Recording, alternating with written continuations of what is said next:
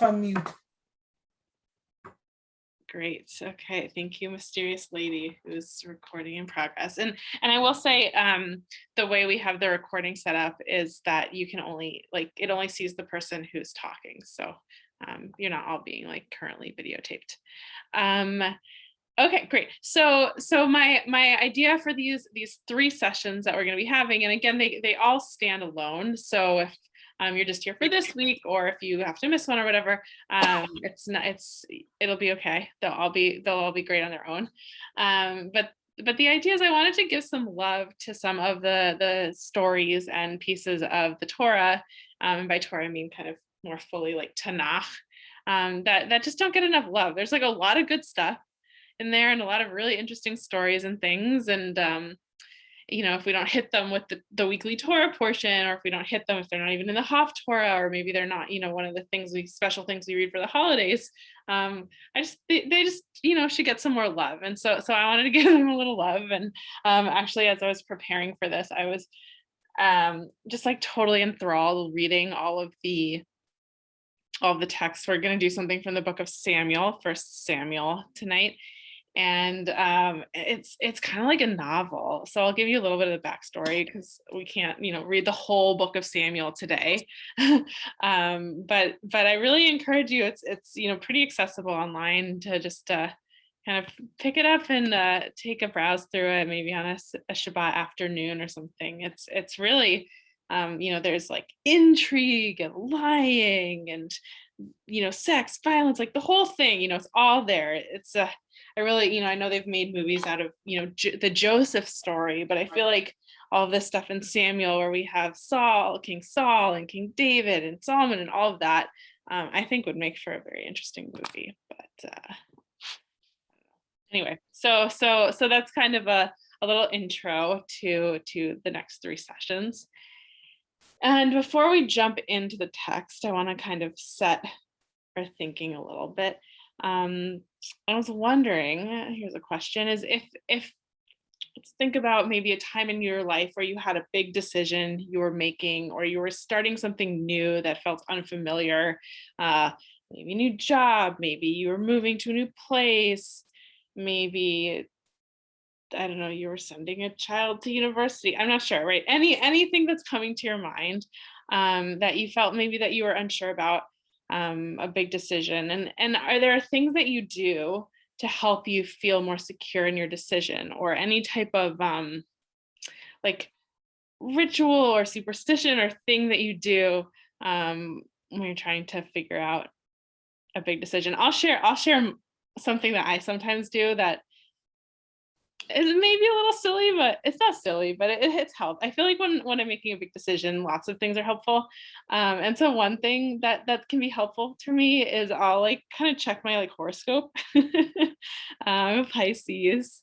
And sometimes it just helps a little bit to kind of read it. And I know it's all like whatever, but sometimes just you can take out really any message from a horoscope usually. And so, I'll find the one I need and kind of take it.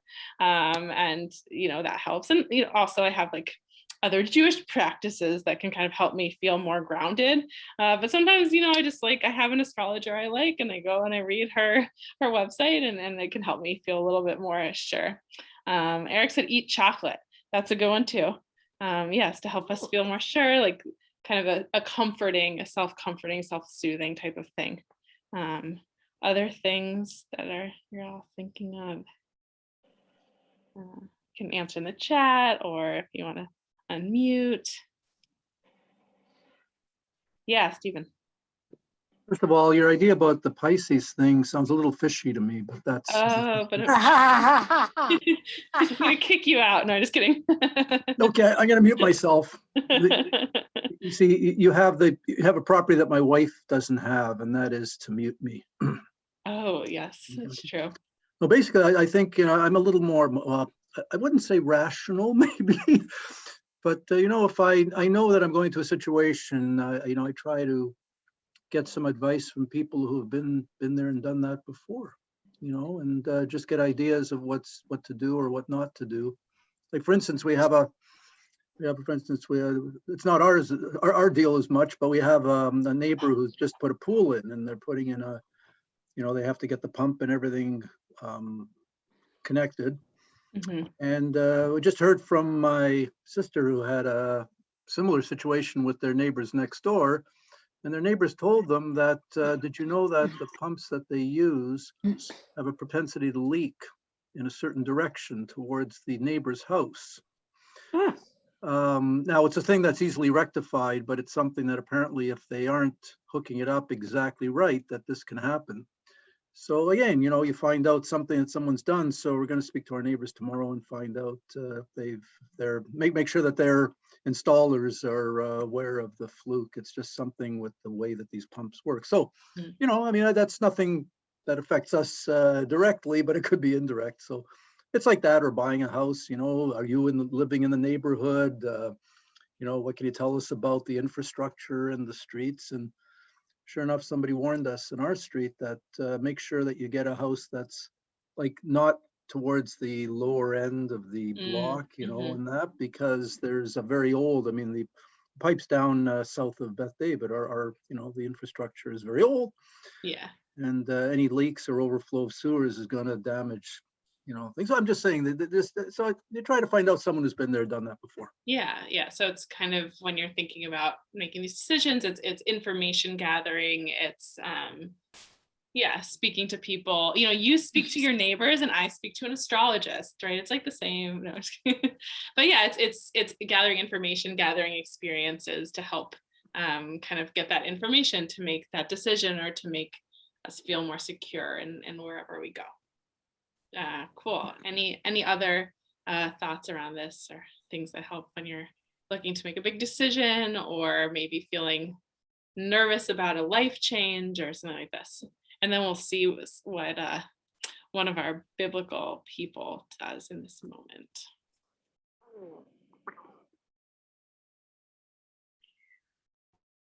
I find that I like to talk it out, Mm-hmm.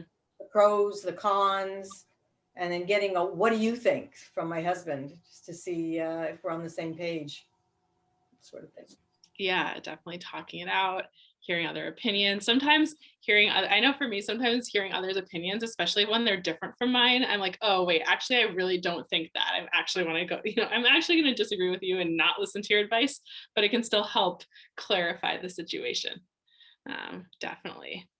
Okay, so we're going to look at a text, and this is again in from the first book of Samuel. I'll put it up on screen share in a moment. And I'm like dropping you into the middle of a story because again, we can't read the whole book of Samuel right now. But what is happening?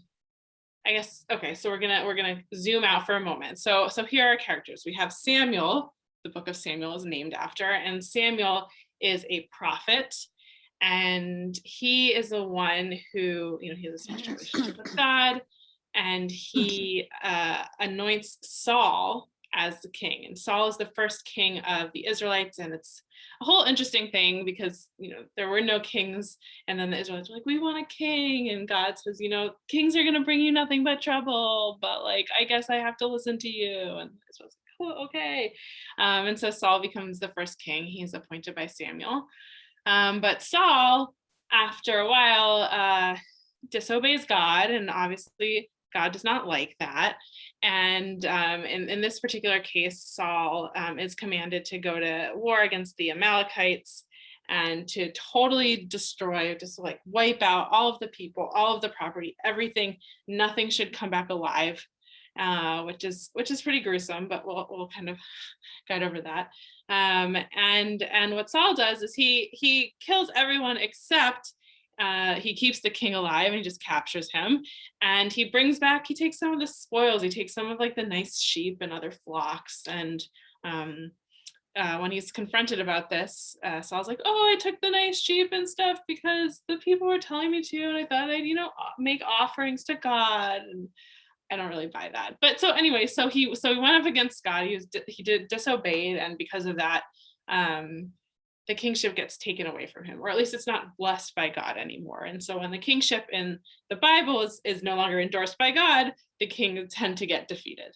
And that's kind of just how the rhythm of these books go. So we're at this point where Saul is about to go into battle against the Philistines. And because the kingship, because God no longer is blessing his kingship, it's going to be a losing battle because they need God behind them to win in these stories. And Saul is very nervous. And so he decides, what does he do in this situation? Well, he decides to consult a witch. Ooh, so we're going to look at this story of Saul kind of on the eve of this battle where Saul's feeling very nervous and very scared, how he deals with it and what it brings up. So with that, I know that was like a really fast explanation of many chapters. So I hope that gives you a little bit of a context to where we're dropping into. And if you need a little bit more, that's cool too. Oh, here we go. Okay, share screen. Okay, sorry, I just have to scroll up. Okay, I'm gonna zoom us in. Right, so there we go. Excuse me. All right, so we have our characters. So Samuel, who's dead, is gonna die, I guess, right now. And Saul, the king, and yeah, those are the two big ones. Gotta know. So here we are in the first book of Samuel, chapter 28, verse 3 through 29, and we'll kind of read this more like a story instead of kind of doing a deep dive into every single verse, and then reflect on it. And then I have a commentator who I think put some interesting points out about like what's going on here. Okay, would someone like to read this lovely text? And hello, Marion and Madeline. Okay. Yes, Stephen.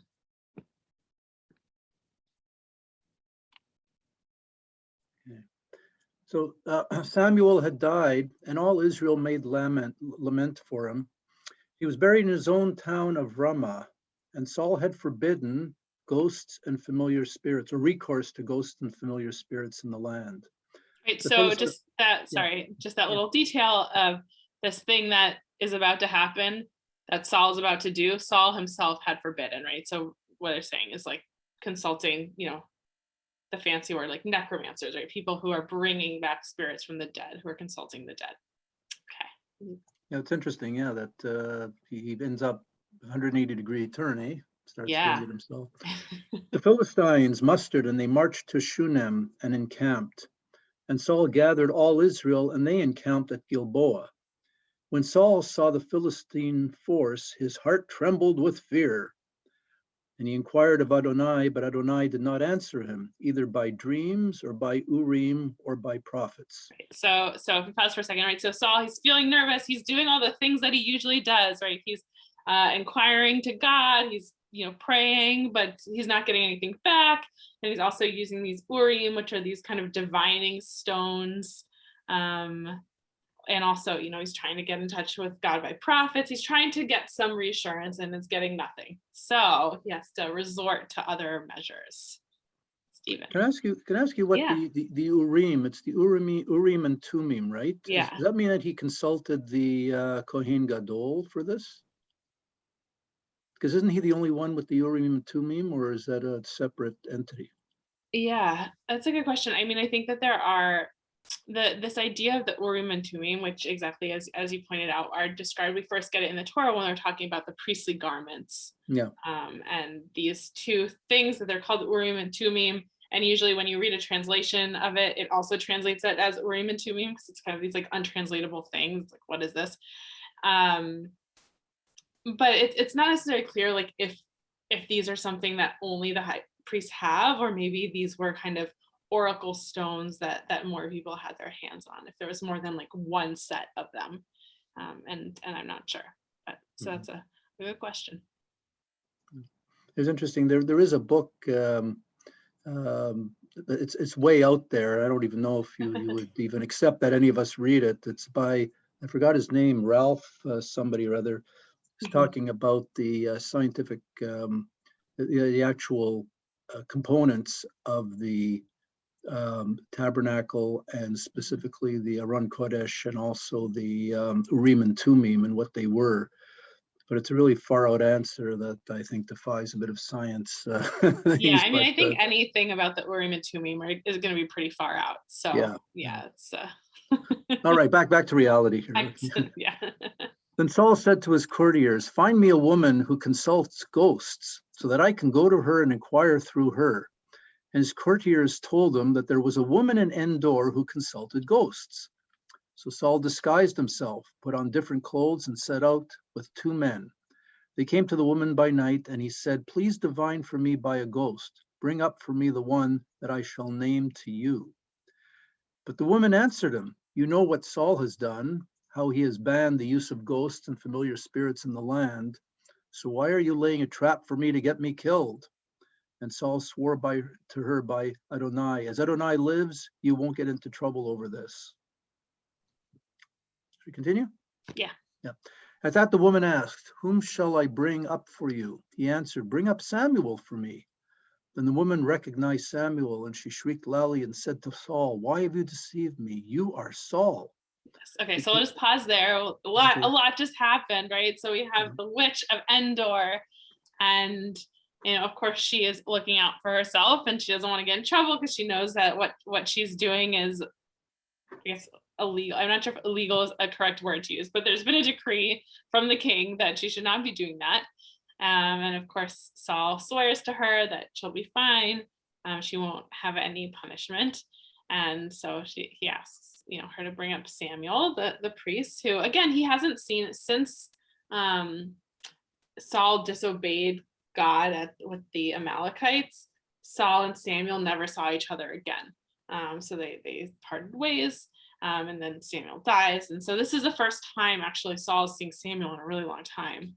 And so it's interesting that at this moment where Saul is very nervous around what's going to happen, that he decides that the person he most wants to talk to is Samuel. And right, I think there are many reasons, maybe because Samuel was the person who first anointed him king. And so he has, there's that relationship and that comfort, or maybe it's just because he's trying to get in contact with God.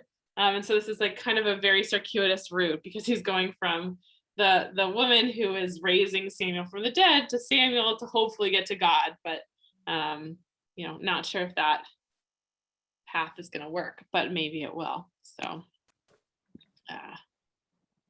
yeah. Okay. So there we go. So is the story like kind of clear so far? Are there any questions? I just have a question, Rob. If the woman recognized Samuel, presumably in a dream or something, how did she know that this was Saul? Yeah. So there actually, I can't remember. I read a bunch of texts around this, and I can't remember if it's in the one we're going to be reading next or not.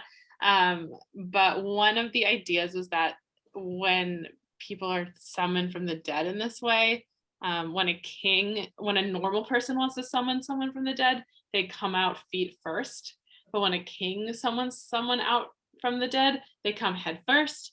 And so there's this kind of commentary, I think it's in a midrash, where they're saying, oh, because Samuel came out head first, this woman realized that she was talking to a king and she was talking to Saul.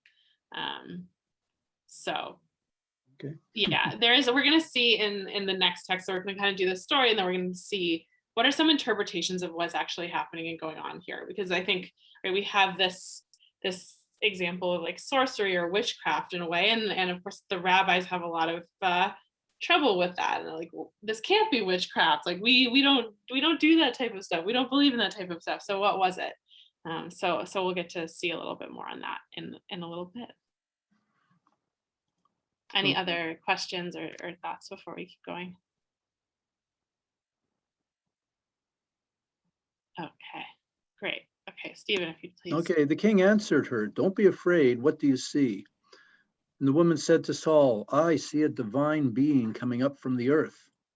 "What does he look like?" he asked her. "There's an old man coming up," she said, "and he's wrapped in a robe." And Saul knew that it was Samuel, and he bowed low in homage with his face to the ground. Samuel said to Saul, "Why have you disturbed me and brought me up?" And Saul answered, "I am in great trouble. The Philistines are attacking me, and God has turned away from me. He no longer answers me, either by prophets or in dreams. So I've called you to tell me what I am to do." Okay, so I'm gonna pause for 1 sec.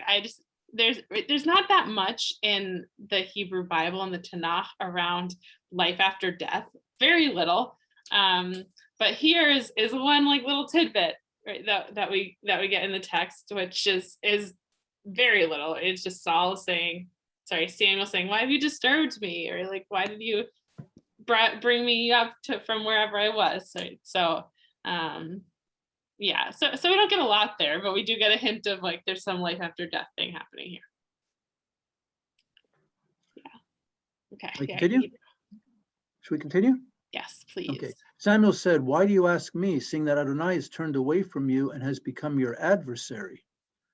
Well, that's interesting. They haven't even like he didn't answer. He just didn't answer him. How does he actually make the conclusion that he's an adversary? He hasn't done anything.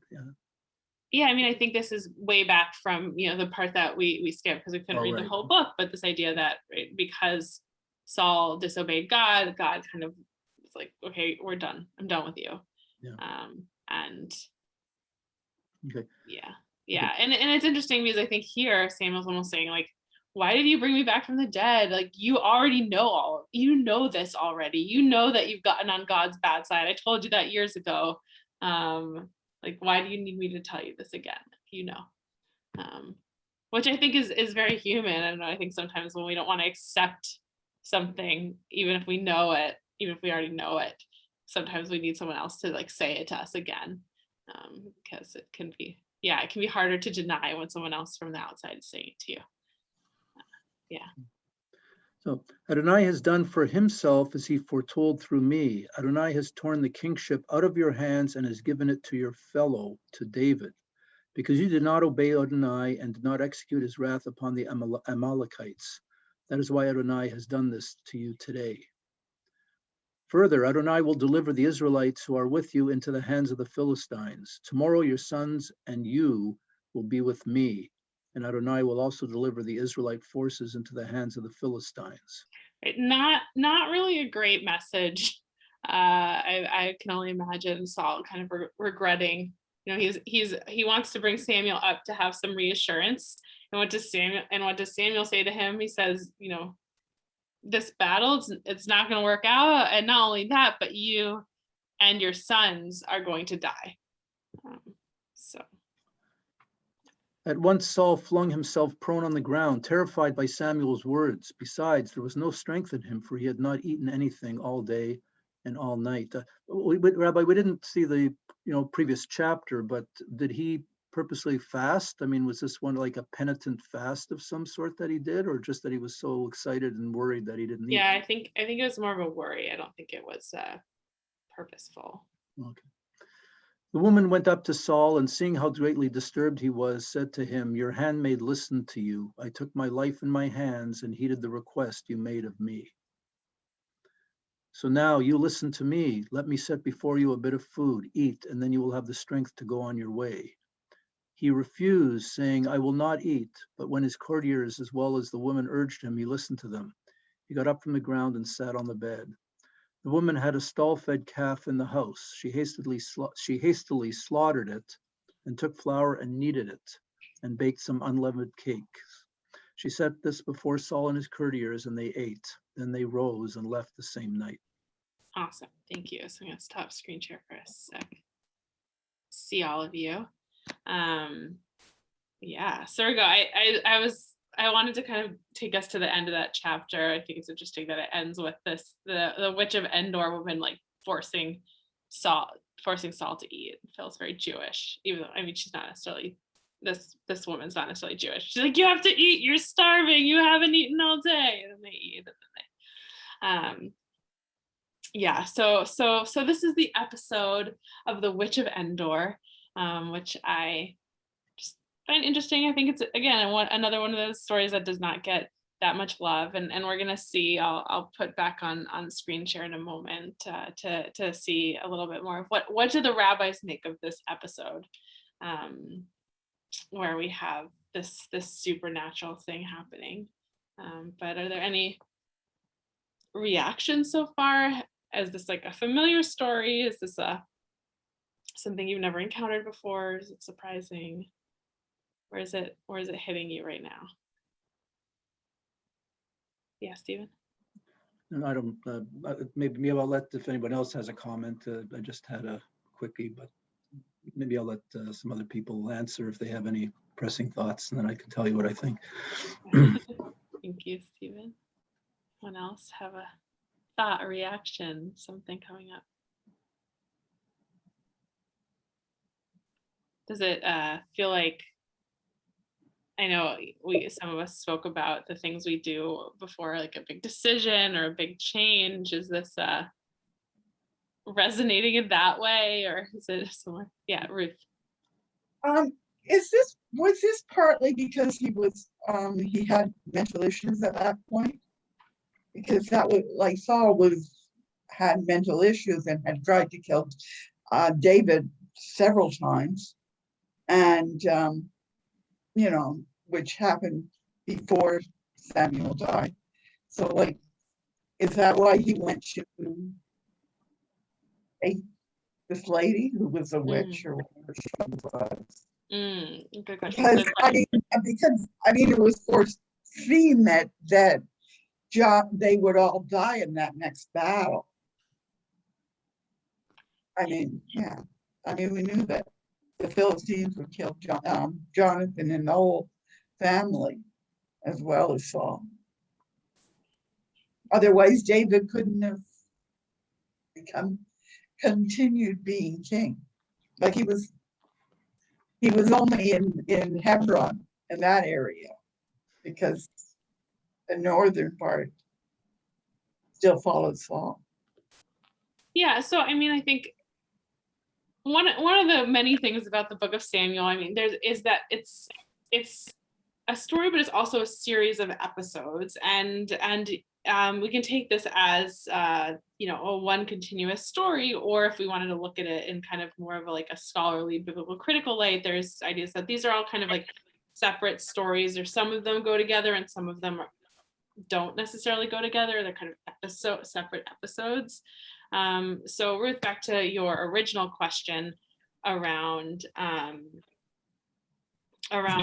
Saul's mental health, and if this is part of these mental health struggles, just to kind of help fill some people in, is that Saul is struggling, and one of the stories is David, who plays the harp, who's about to be the king, or is kind of the king, but when he's younger, David is able to soothe Saul with his music, with his harp playing. So when Saul's having a difficult time, having a tough time, and is being upset over this idea that he got the kingship taken away from him, David's able to help soothe him. And I wouldn't necessarily connect the two stories, but I think also we could, right? There's many different, as always, there are many different ways to interpret these stories. So this could be, him reaching out because of his mental health. Maybe there's anxiety going on. But to me, it seems pretty, I don't want to say the word normal isn't it? But I think, right, it's the eve of battle. It makes sense to me that he would want some reassurance. And, maybe that reassurance doesn't come, he can't eat enough chocolate to feel that reassurance, right? He needs a little bit more than that. And his horoscope didn't help him, right? So, yeah, but it's a good question. Okay. Stephen. No, actually, maybe I should give the floor to Eric. He sent me a private message that I think he meant to.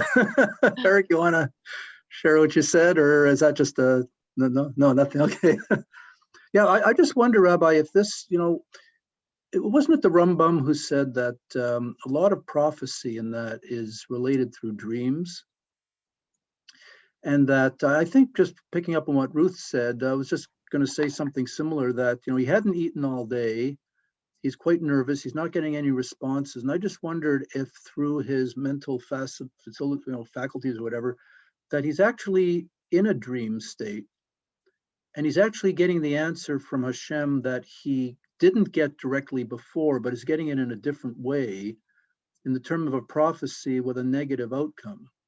And that, in fact, that's what he's getting, that it's not a supernatural act with ghosts and reincarnation and all that, but it's just that he's getting his message through a prophecy of some sort, but in a very convoluted way, and that Hashem is communicating with him. In the sense of what the Rambam would say is an act of prophecy in that, and we're not dealing with a supernatural situation. It's something that he just got this message through that medium. Yeah, I mean, that could totally be, an explanation for it. I could see that, like maybe a combination of his hunger and his nerves and everything else, the emotion. Yeah, like could have him, dreaming, hallucinating, and that Hashem is actually communicating, that he is answering him now, but not in a yeah. straightforward way, not just through a regular, not telling Jeremiah that the evil is going to come from the north. It's like through a very convoluted thing that probably scared him more than a normal response would. Yeah, it's definitely not a message that I would like to get. Yeah. Also, Reed, I have a chat message I'm going to read to you all. So someone was asking about if you've heard of this story. So I don't recall the story from school, but perhaps we skipped this chapter due to the material. Maybe the school didn't want to get into talking about the supernatural, or maybe I have just forgotten. Yeah, I mean, I think it's always interesting. And I know I think about this a lot when I'm teaching, when I'm teaching younger kids around our text, is there's like a lot of this isn't even, I would say this isn't even that disturbing on the level of like disturbing and like icky things that we have in our text. This is like pretty tame, it's supernatural. So I feel like it could be hard to explain kind of in regards to the normative view that Judaism has around the supernatural, or around like witchcraft and sorcery and stuff. But there's lots of worse stuff in Genesis even. So it is interesting. It is. I feel like this story doesn't get as much love as everything else. But sometimes I like to teach it around like Halloween, just to like bring in the Judaism part of. I did that with like university students when they're all going out for Halloween. I'm like, well, we can talk about witches. As well. Great. Any other thoughts before we move on to look at maybe some of the interpretations of what was happening, if we can't believe that this is witchcraft, which I think we could, but sorry, I know my picture isn't on, I apologize for that. I also have never heard this story before, but I feel like it must be a story that's well known, because it's the basis of Macbeth and the Witches of Endor, and that whole all those scenes in Macbeth about advising the witches, and Macbeth, who likes to call spirits from the dead. So at some point in time, this must have been a story that was known to people. But I have never heard of it.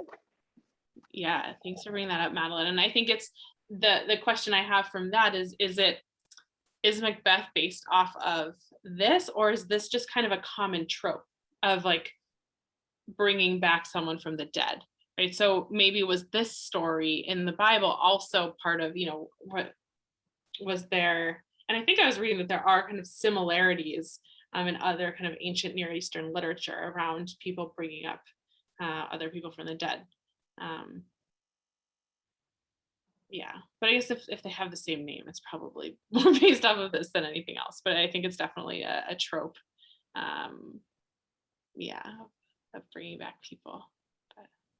But very interesting. Yeah, I feel like in Shakespeare's time, people knew the Bible much better, but that was because there were like 5 books total, right? Like so you had a more limited library of the books. So if you read the Bible and maybe a couple of other books.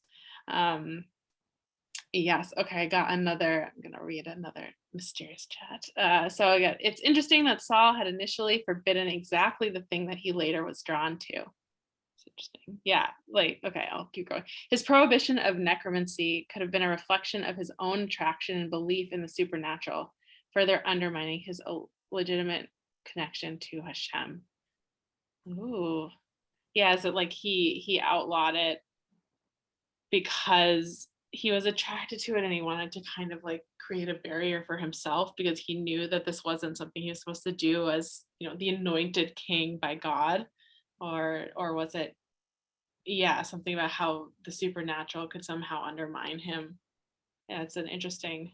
I feel like a lot of, I don't know, I feel like I see this a lot in politicians, and I don't want to talk about specific politicians, but just like who will say like, oh, don't do that, but then we'll turn around and like do it when it serves them. I feel like that's a common thing for people in power, not even just politicians. So I guess that urge goes way, way back. It's not unique to our time. So are you calling Saul a politician? Yes, I guess. Yes. So. It's like, don't do as I say. Don't do as I do, but do as I say. Yeah, exactly. Yeah. So it is an interesting, twist there. And it's definitely not so flattering for Saul. Okay, so we're gonna go back in now. I'm gonna reshare my screen. Where'd it go? Here it is.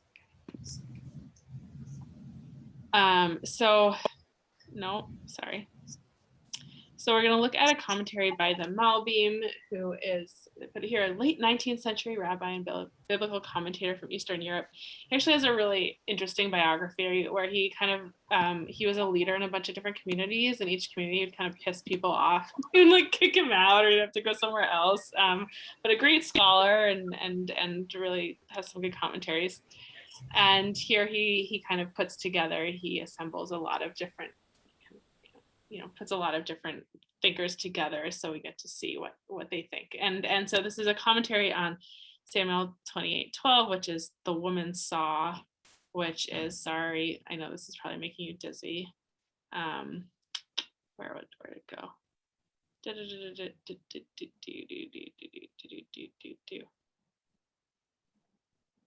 It's somewhere down here.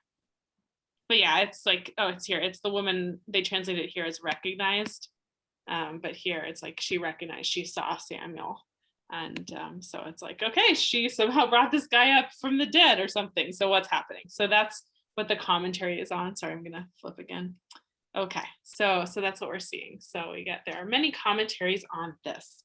Would someone else like to read some of these commentaries for us that the Malbim is collating? Ruth, yes. Rav Shmuel ben Chovni says that anything that involves the magic of Oz is fake. Rabbi says that usually the witch excites the imagination of the person to believe they saw something, meaning it is fake magic. This explains why she shrieks, because it was usually fake, except for this time. Right, so that's like an interesting one of like, okay, this is usually fake. It's almost like the placebo effect where, you go in and the witch does this whole show, and so you think you see something, except for some reason the Ralbag here is like, well, but this time it was real. Okay. The pasuk seems to be saying that the magic of Oz is real. How is this possible? And this word Ov, it's a Hebrew word. It's kind of about necromancy and bringing people back from the dead. Oh, okay.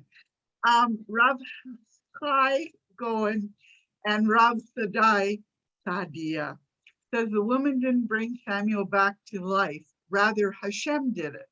So Samuel could speak the truth to Saul. Oh, so that is kind of, I forget what Stephen was saying, what Eric was saying, right? That like,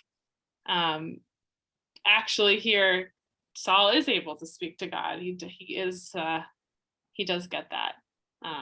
But yeah, it's the witch was a convenient distraction because it's actually God. The Maharai says it was a demon that took the form of Samuel, but they called him Samuel because it looked like him, meaning that there was real magic. Ooh, okay. So this is, she didn't bring him back from the dead, so she doesn't have that power, but there was something going on here. It was a demon, which we do have a lot of interesting literature around demons in Judaism, and especially in the Talmud. So that's always a fun path to go down. Yeah. The Baal Akedat Yitzhak says Samuel woke himself, not through the magic, meaning the magic was fake. Yeah. So Samuel's like, I'll do it, right? So we have the option where God does it. We have the option where the witch does it. Here we have the option where Samuel's like, fine, I'll get up. Why are there so many commentaries trying to say it's fake when we know that there are existing stories of magic in the Tanakh? If a regular person tries to summon up the dead, the feet would come first. However, if a king comes to call the dead, the head comes first. This is how the witch of Endor knew it was Saul, because the head of Samuel came first. There you go. So there we have from the earlier question. So there we have it in the text. It's here too, and I think he's quoting again from a midrash. But yeah. So here's an example of a commentary that's much older, saying that actually, in fact, this witch did in fact summon Samuel. Rabbi? Yes. Just for my own interest, that commentary 2 paragraphs ago, the Baal Akedat Yitzchak, who is that, and how did they get that name? Just curious. Yeah, I think it's a lot of people are called by the name of the books they write, and so a lot of times they'll take the book, they'll take like a phrase. So the Akedat Yitzchak is probably, I think, a Torah commentary. I mean, obviously there's the Akedat Yitzchak, the binding of Isaac from the Torah, but this is a commentary. You can look that up. Because I've heard, 60 years of Torah commentary, Talmud commentary and Talmud and stuff, and I've never heard of this individual. I mean, do you know anything about who it is and when he or she lived or whatever? Not off the top of my head, but we can definitely find that out. It's a rather interesting Here we name. go. Isaac, I love the internet. Isaac ben Moses Arama. Oh, and he was alive in the golden age of Spain, 1420 to 1494. He must have had an interesting life. He's a Spanish rabbi. And yeah, he wrote this book called the Akedat Yitzchak, which is a lengthy philosophical commentary on the Pentateuch and the Torah. So there you go. Thanks. Internet, it's very useful. Fascinating. There's so many different commentaries and things that I have trouble keeping them all. They'll have these acronyms and stuff, a lot of them. Yeah. But this one just exactly. sounds really unique. Yeah. Okay, sorry. Yeah, he definitely picked. It was good marketing, right? That's a very strong title to pick for your Torah commentary. Ooh. But there you go. So, okay, where were we? We were down here. Malbim explains that the commentaries are having trouble understanding this and ultimately say it's fake because they don't understand on the pure soul of a Navi. Right, Navi means prophet. So, right, he's saying actually, they want to say this is fake, but I think he's arguing that it's that this is real. Like this was an actual, the witch actually conjured up Samuel. And then we get a little interesting continuation around the Malbim and what he thinks about life after death. So I'll let you to continue. Malbim further explains that everyone has 2 souls, a lower soul and a higher soul. The higher soul is completely spiritual and can never be affected by anything like magic. The lower soul is more attached to the body, so it can be called back with magic. Samuel's higher soul was not affected and stayed with God, but the lower soul was not as connected to God, so the witch called it back to life. The commentaries don't have to be concerned because there are 2 separate parts of his soul. So it's kind of an interesting, almost like compromise position where he kind of he's like, everyone's right. we have the two souls, and so there was one soul that could not have been conjured back, and so all the people were saying it's fake or it's something else. Okay, we like got that covered. And then we have this other soul that's like the more lowly part, and so that's what they're talking about, and that's what was conjured back. So it wasn't that he was, Samuel was fully brought back to life, which would be kind of problematic, but actually it was just this lower soul that's not with God, that stays closer to earth. That was what was coming back up for Saul. So lots of different options around what might have been going on. I know for me, I really enjoy kind of looking at all the different possibilities, and also for me it's not such a big question of like what actually happened. It's more about, okay, what was going on in the moment, what were those feelings, what can we learn from it, kind of what subjects come up, instead of like, did this happen and how and what. But I think it gives us a lot of interesting thoughts to think about. Yes, thank you, Madeline, for being here. I'm glad you could join us. Don't you feel that people have always been, Jewish people particularly, have always been superstitious? They'll go poo-poo to something, and whether it's the dreamlike state or spiritual. I mean, if you want to go to Fiddler on the Roof, where they conjure up the grandmother, I think that was real in those days, that people conjured up these spirits to make a point about something, particularly if it was a favorable one, I think. Yeah, I mean, I think there's definitely a lot of superstition, both kind of incorporated into Jewish religion, but also kind of on the periphery of Jewish religion. And also in general, I think that there's a lot of superstition just around, not just for Jews, but I think it can be, a way to feel when we feel this lack of control. It can be a way to help us feel like a little bit more in control, that we're doing the most we can, even if we're not fully in control. And I mean, I think, we could always talk about ghosts and things like that, or other types of like kind of supernatural things. And I know I definitely have like had friends who've had experiences where they will swear they've seen a ghost, or something supernatural. And I don't know if that's happened to any of you, but I don't know. I kind of am open to that. I'm not really sure how I feel at it, but I do appreciate kind of hearing those stories and thinking about, maybe there is something, right? Like we have all of these different explanations for what this ghost of Samuel could have been. I think that there are many different explanations, but I don't know, we don't know what happens. It could be, someone coming and, trying to get in contact with us. I don't know. But it's always interesting to think about. It's one of the things we really just don't know, right? We can never really know. And I